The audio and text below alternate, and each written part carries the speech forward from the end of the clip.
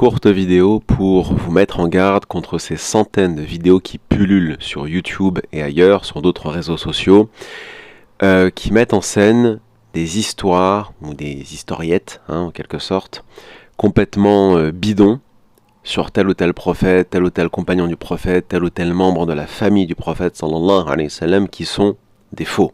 Ce sont de faux récits, de fausses histoires.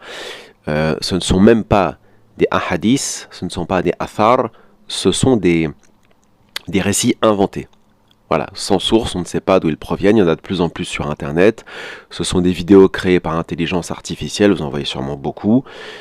Tant l'histoire qui est racontée que les images qui circulent, tout est création intelligence artificielle. Alors je ne sais pas qui sont derrière ces contes, ces faux contes, ces fausses histoires, ces faux récits, mais tout ce que je sais, c'est que ces faux récits sont en train de pourrir le crâne de bon nombre de croyants qui pensent bien faire en regardant ces vidéos parce qu'elles sont très attirantes, il y a de belles images, de belles photos, de belles vidéos, d'accord, mais ce sont de faux récits. Nous, en tant que musulmans, devons nous en remettre au Coran, à la révélation d'Allah Ta'ala, point. Bon, maintenant, je ne vais pas rentrer encore dans le débat sur les hadiths authentiques ou pas, mais là, en l'occurrence, ça mettra d'accord tout le monde, ce ne sont même pas des hadiths, ce sont des récits complètement inventés. Voilà, ce ne sont même pas forcément des récits qu'on va retrouver dans les chroniques de Tabari, Ibn Kathir, etc. Ce sont des récits qui proviennent de nulle part. Juste une petite anecdote sur ce sujet qui peut vous intéresser.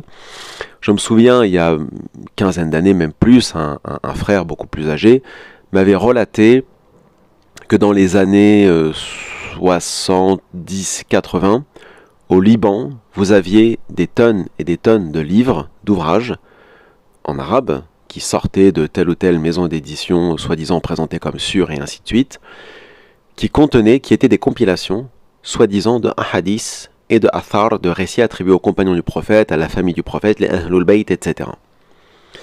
Il s'agissait de compilations complètement fausses, complètement bidons, qui avaient été rédigées, qui avaient été créées par soit des prédicateurs chrétiens, protestants, évangélistes, soit carrément des réseaux sionistes infiltrés au Liban, qui diffusaient ces bouquins contenant de faux hadiths, de faux récits, de faux athars, encore une fois, etc.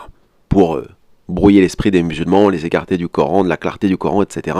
et les amener sur des récits judéo-chrétiens, de manière à ce qu'ils valident, par exemple, je ne sais pas, telle ou telle croyance chrétienne, telle ou telle croyance dans le judaïsme, et ainsi de suite. Bon.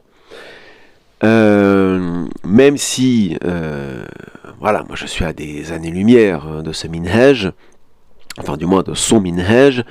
Al-Albani, vous savez, le muhaddis que certains présentent à tort comme le muhaddis du siècle, mais enfin, bref, on va pas rentrer dans ce sujet, a quand même eu le mérite à l'époque, lorsqu'il a commencé à se faire connaître, dans les années 70-80, même un peu avant, de mettre en garde contre ces faux livres et de démonter, bon, il avait un peu du temps à perdre, mais admettons, point par point, enfin, tous ces hadiths, tous ces ahadiths, tous ces athars, les démonter l'un après l'autre. Tant leur fausse chaîne de transmission, bon, les trois quarts n'avaient absolument aucune chaîne de transmission, vous savez, ce sont des textes qui sont sans chaîne, on les rapporte, mais énormément de musulmans au Liban et partout dans le monde arabe à l'époque les lisaient pensant bien faire, pensant qu'il s'agissait de textes authentiques attribués au prophète, à la famille du prophète, etc., etc., mais c'était des textes totalement inventés, et pas inventés par n'importe qui, comme je l'ai dit. Albani est arrivé sur la scène et a démonté tout cela, et c'est là qu'il a commencé, vous savez, sa fameuse série de Silsilat ad-Da'ifa, Silsilat as-Sahiha, donc la série des faibles, la série des authentiques, etc. Donc attention à toutes ces vidéos qui relatent des récits sur la vie de tel ou tel prophète, que ce soit Salomon, Sulayman alayhi salam, Moussa alayhi salam, etc., etc. Ce sont des faux, ce sont de fausses vidéos.